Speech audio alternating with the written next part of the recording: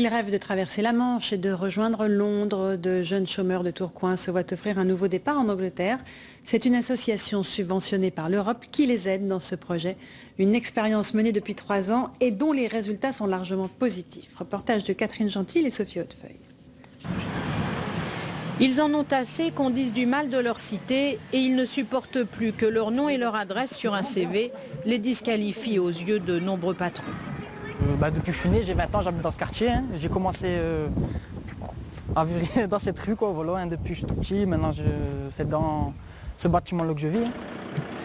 Il va donc falloir changer d'horizon pour espérer réussir. De très nombreux jeunes ici en sont convaincus.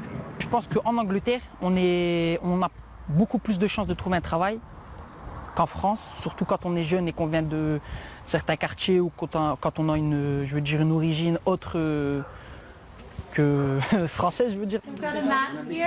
Ils sont une vingtaine à partir tous ensemble. Ils ont suivi 3 mois de formation pour se débrouiller en anglais, mais aussi dans le métro londonien. Cet homme est également originaire de la région. Il vient expliquer aux jeunes que leurs rêves peuvent se réaliser. Avec la persévérance, j'ai réussi à aller jusqu'au doctorat. Donc aujourd'hui, je suis enseignant-chercheur à l'Université de Washington à Seattle. Est-ce que justement dans ces pays ils vont plus nous donner notre chance de se développer de cette façon ou comme en France nous bloquer On va vous donner votre chance. Mais comme dirait un de mes enseignants, il faut 2 pour danser le tango. D'accord? Il faut que vous y apportez du vôtre aussi. Quelques jours plus tard, c'est le début de l'aventure à Londres sous la houlette de la professeure d'anglais. La restauration est le secteur qui offre le plus d'emplois.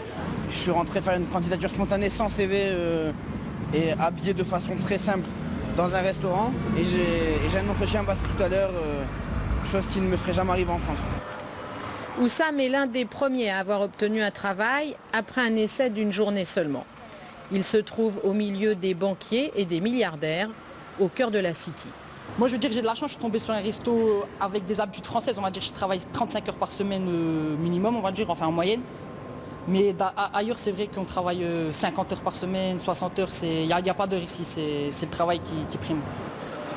Le salaire n'est que de 6 € de l'heure, mais Oussam et ses amis ne comptent pas ménager leurs efforts pour réussir leur vie. En Espagne, première grande journée d'action des fonctionnaires contre le plan d'austérité. Ils ont cessé le travail et défilé dans une 60aine de villes. 200 000 personnes étaient attendues à Madrid. Les syndicats se sont dit satisfaits de ce premier test social imposé au gouvernement de Zapatero.